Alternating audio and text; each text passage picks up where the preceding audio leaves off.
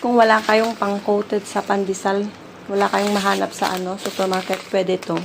Itong pang-tempura na breadcrumbs. Durugin lang. Tapos isangag. Kasi mahirap yun hanapin dito sa Hong Kong eh. Ito pwede to.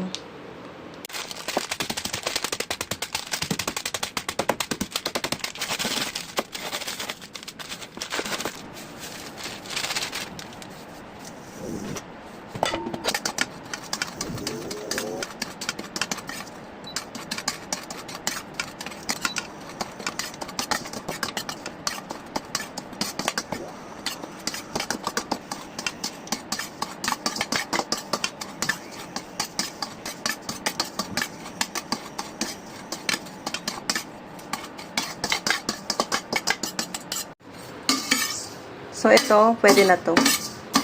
Brown na. Pwede nang itabi tapos gamitin pagkagagawa ng pandesal.